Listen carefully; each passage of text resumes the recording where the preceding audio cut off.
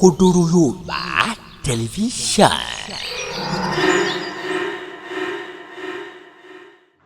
Mo kí ẹ̀yin olólùfẹ́ mi padà bọ̀. Ní ọdún mẹ́ta sẹ́yìn, February ló pé ọdún mẹ́ta, kúrètì mi kan ní C.A.C wọ́n lọ sinmi nínú Olúwa. Ó jẹ́ àwọn nǹkan kan tó máa ń dùn mí ní C.A.C torí àwọn èèyàn wọn ò ní mọ̀. Alẹ́dẹ̀ àkílódé, bàbá kan ní kílódé tó yẹ pé C.A.C ni mo máa dáhùn, C.A.C ni mo máa sọ̀rọ̀ lé lórí torí ìjọ mi ni. Èyí tó bá dẹ̀ ń lọ níbẹ̀ tí ò right, ó likely káwọn aláṣẹ má mọ nǹkan tí mò ń sọ yìí, but táwa kan bá ń sọ síta, ó likely kan gbọ́ lọ́jọ́ kan kí wọ́n kàn sí àtúnṣe. Tí wọ́n bá dẹ̀ ṣe àtúnṣe, Ọlọ́run á sọ wípé àwọn kan dẹ̀ pariwo nítorí pé wọ́n kọ́ ti kún sí ni. Pásítọ̀ mi yìí sùn nínú Olúwa. Kí ló dẹ̀ ṣẹlẹ̀? Wọ́n sick. Mi ìmọ̀ pọ́n sick. Mo wá ní ẹ jẹ́ kí n tẹ̀ lọ wo bàbá nírọ̀lẹ́ yẹn jẹ́ ó jẹ́ Thursday. Mo dẹ̀ ṣe wá rìn mo kàn débẹ̀ mo wá wọnú ilé wọn. Tí n bá ti ń dé nínú ilé tí n bá ti ń kanlẹ̀kùn wọn gbọ́ ọmọ ohùn mi, wọ́n á pè mí bó ṣe máa ń pè mí. Mo wá gbọ́ mi ìgbọ́ pé pè mí. Mo wá ní àmọ́ mi dáàdì dà, wọ́n ní dáàdì wà nínú yàrá, wọ́n sick. Kí ló ṣẹlẹ̀? Mo wá wọlé, mo bá wọn tí wọ́n sùnlẹ̀ kí ló dé, wọ́n ní àmì ìgbádùn látàárọ̀. Ẹ̀dẹ̀ wá lọ sí hospital. Wọ́n ní mo ṣàrígbọ́n làágùn ẹ jẹ́ ká lọ sí hospital. Ibi tá a ti sọ pé já lọ sí hospital títí bàbá alábòójútó wá.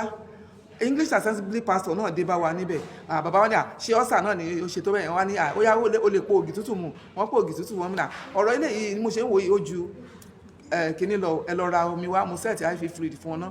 So ó yẹ ẹ jẹ́ ká máa lọ sí hospital pé ìgbà tá máa fi dé hospital láyìn yẹn ti máa wà patent wọn láti lò fún wọn. Wọ́n ṣe àwọn sọ pé mi ò lówó mo mọ̀ pé at least ó yẹ kí wọ́n dìde pé bàbá everything ṣe wọ́n ṣe àwọn pé mi ò lówó wẹ́ mo ṣe persuade wọn tó wọn láwọn ò lọ. Ìgbà tó nǹkan bíi 9:30 mo lè mi ń lọ lé. Ẹ bá ṣe wò ó sí tó bá jẹ́ pé kò ṣe dáadáa àárọ̀ la ọjọ́ ẹ wá bá mi. Èmi ń lọ bí iṣẹ́ láàárọ̀ ẹ wá bá mi. Ìgbà tí mo débi iṣẹ́ mo rò títí mo dúró wọn pè mí mo wá bẹ̀rẹ̀ sí pé fóònù ìyàwó wọn rìn gìbọn kò wọn gbé títí mo fi close ní 4. Mo ṣe ń bọ̀ báyìí mi lọ lé direct mo wá síbẹ̀ pé mo débẹ̀ mi ì bá wọn bẹ̀ anybody wọn dáwọn àti òru everything change wọ́n ti gbé wọn lọ sí hospital tó wà lẹ́gbẹ̀ẹ́ lé mo lọ síbẹ̀. Could you believe what I met there? Oh God. Ènìyàn Ọlọ́run ti ń lọ ó ti ń lọ ọkàn mi ò gbé mọ́ ọkàn mi bàjẹ́ mo sunkún mo wá ní dádì ẹ jẹ́ ká lọ sí hospital. Wọ́n dárúkọ mi wọ́n ní mi ò lọ kò sówó. Wọ́n dẹ̀ ti sọ fún mi lọ́jọ́ kan pé ọmọ àwọn first born àwọn rí admission àwọn òró wọn wá wò pé ló lẹ́ ń gbà wọ́n ní 30,000 as a curate of a church ní C.A.C ìjọ tó ti wà láyé 1930 tá à ń pariwo curate ń gba 30,000. Omi bọ́ lójú mi mo wá wò pé gbogbo agbára tí n bá lè sà á máa gbé bàbá yìí lọ sí hospital. Mo wá pe English Assembly pastor condition tí mo bá bàbá yìí kò tẹ́ mi lọ́rùn ẹ jẹ́ ká lọ sí hospital. Mo wá lọ gbé báàgì mi kalẹ̀ ìgbà tí màá fi gbé báàgì kalẹ̀ kí n padà dé everything ti change bàbá yìí ti dákẹ́. Mo sun ẹkún bàbá yẹn fún ọdún kan because ohun tó ń dùn mí nínú ara ni. Ẹ wá ń sọ fún mi wípé C.A.C ń ṣe dáadáa C.A.C ò ṣe dáadáa ẹ ṣe dáadáa gbàkúlàdó àdákú lówó lẹ̀ ń bá ṣe. Ó yẹ kẹ́ ẹ ti kúrò ní ìkórìtà yẹn ó yẹ kẹ́ ẹ dún ní ìkórìtà láti mú àwọn ìránṣẹ́ Ọlọ́run kínú wọn dùn.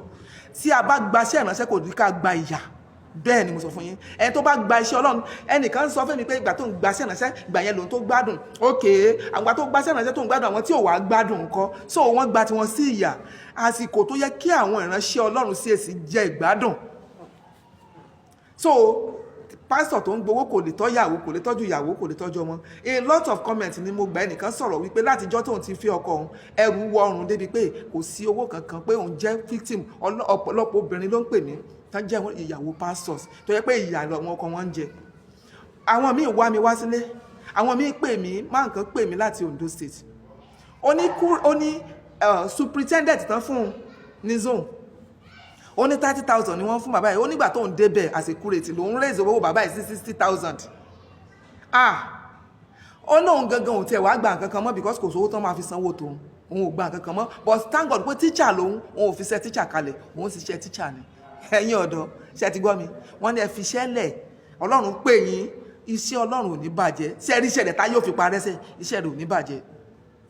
Ẹgbẹ́ṣẹ́ Ọlọ́run ẹgbẹ́ síbi tó yẹ kó wà ẹgbẹ́ṣẹ́ ara ẹgbẹ́ síbi tó yẹ kó wà táìmù tó bá yẹ kẹ́ ẹ lọ ṣiṣẹ́ yín ẹ lọ ṣiṣẹ́ yín tẹ́ bá padà dé ẹ wá ti ṣe Ọlọ́run. Ṣé ọ̀rọ̀ àwọn kan wà full time ni wọ́n rówó ń bẹ̀ ni owó gidi ni wọ́n rí ń bẹ̀ tán bá rówó ń bẹ̀ wọ́n á ti sá kúrò wọ́n rí owó ni wọ́n rí èèyàn kó síbẹ̀ tán gbówó ńláńlá fún wọn tó bá jókòó yà á jẹ páàsì ẹ lórí ní orílẹ̀-èdè tá a wà yìí àwọn ìyàwó yẹn wá ní àwọn wọn ò fẹ́ fẹ́ wọn mọ́ bẹ́ẹ̀ ni mo sọ fún bàbá tó sọ pé àwọn pásítọ̀ wo ni ọ̀pọ̀lọpọ̀ wọn tó níyàwó nínú wọn gan wọ́n padà máa ń kọ̀ ní wọ́n á dà wọ́n wọn ní wọn tó pọ̀ tíyàwó wọn ti sá lọ tó kú bàbá pásítọ̀ wọ́n ti pọ̀ tán ti sá lọ. mi ò lè sọ pé yes kan dúró síbẹ̀ ẹ wà ní wọn mọ tí wọ́n gbà nínú ìyà ẹ̀yin kan gbádùn wọ́n ti ra mọ́tò jíìpù fún yín wọ́n bá yín gbéye àwọn náà ṣe némi àwọn ọmọ yín àwọn náà bá sí yín ṣe ìyàwó àwọn ọmọ yín àwọn náà ṣe gbogbo nǹkan fún ìyàwó yín ó ń yọ àwọn kan wá wà lábẹ́ yín ìyàwó wọn ó ń rá àwọn ìraṣọ wọ̀ ẹ wá ní kán mọ́ sọ̀rọ̀ ẹni kán mọ́ sá lọ àwọn ìyàwó sá lọ torí kò sẹ́ni tó fẹ́ yà ní tó mú ẹ̀yin tẹ́ fi ń gbádùn ẹ jẹ́ kí ohun gbogbo ẹni kí ni màá pè scale fún àwọn ìránṣẹ́ Ọlọ́run iye tẹ́ ìfàlẹ́ ilé sì máa gbà ní ẹ̀sán láti headquarter iye tí zonal superintendent máa gbà ní district máa gbà ní kí owó wọn rhyme ẹyẹ sọ wípé ìjọ ló máa sanwó wọn mọ́ gbogbo owó tẹ́ kó lọ sókè kí lẹ̀ fi ń ṣe àwọn èèyàn náà là á dáwọ́ seed of blessing tẹ́ máa kó lọ sí school yín kí ló dé àwọn pásọ̀ CAC ń jẹ ìyà wọ́n jẹ ìyà tó pọ̀ owó burúkú lẹ̀ ń san fún wọn ẹnìkan sọ fún mi lánàá pé 15,000 ló ń gbà ọmọ kan sọ fún mi lánàá pé 10,000 ló ń gbà especially tẹ́ bá ra àwọn olùdásílẹ̀ tán dálẹ̀ wọ́n mọ̀ fowó rádaràda gún wọn lọ́wọ́ ara àwọn làwọn bàbá tán kọ́mẹ̀ntì òṣì lórí péjì mi yẹn àwọn pásọ̀ abẹ́ wọn 5,000 náà fún wọn o 5,000 àti ìyàwó àtọmọ ọmọ tọrọ wọn àti dáàdì lábẹ́ wọn Ọlọ́run á bí yín ẹ̀yin authority CAC ẹ yí pàpàdà ẹ sanwó fáwọn èèyàn yín ẹ jẹ́ káwọn ìránṣẹ́ Ọlọ́run gbádùn ẹ yé gbé load lé àwọn church lórí àwọn church owó tán bá ti dá tán kó lọ sókè yẹn ẹ fi sanwó àwọn ìránṣẹ́ Ọlọ́run kan gbádùn kí là ń gbé láyé yìí ná ilé mo rò pé inú iṣẹ́ ìránṣẹ́ ló yẹ kéèyàn ti gbádùn jù tó bá jẹ́ pé iṣẹ́ ara à ń sáré wípé kán fún wa ní promotion kán fún wa everything iṣẹ́ tayé náà á tún mọ wáyàn bá ṣe mọ̀yàn káàkiri tó á tún mọ lu ẹsẹ̀ ká tó débi gíga ẹ̀rù bà mí ẹ̀rù ọ̀run tá à ń lọ ọlọ́jẹ́ kókàn àwọn aláṣẹ lára ẹ bá mi ṣíà rẹ̀ pé àwọn pásítọ̀ CAC àwọn náà ń jìyà jù àwọn pásítọ̀ ẹ̀kọ́ wọ́n ń gbádùn baptist tí mo ti lọ rí wọ́n ń gbádùn mo rí nǹkan tán ṣe mo rí nǹkan tán gbé ṣe CAC ò lè gbé ṣe ó bá kò níbi sáfíìsì àbí kó bóyá yóò padà sílé mi rẹ́ǹtì wọn nílé tí wọ́n kọ́ kalẹ̀ lẹ̀ wọn sanwó tó kọ́lé fún wọn owó tán fún wọn gan kò tó jẹun àwọn ìyàwó wọn máa fojú wọn rí rẹ́dẹ̀rẹ́dẹ́ àwọn tọ́lọ̀ bá ṣe tán rí oore ọ̀fẹ́ kan gbà díẹ̀ tí wọ́n wà níbi tó dára àwọn ló ń gbádùn ẹ̀yin èèyàn mi ọ̀rọ̀ ìṣítí ni á dára fún gbogbo yín ẹ bá mi ṣí àkókò àwọn aláṣẹ náà. máa wò ó níbi gbogbo àti nígbà gbogbo ohun ọ̀tún ń dúró dè ọ́ ń bẹ̀ Òkodoro Yorùbá tẹlifíṣàn.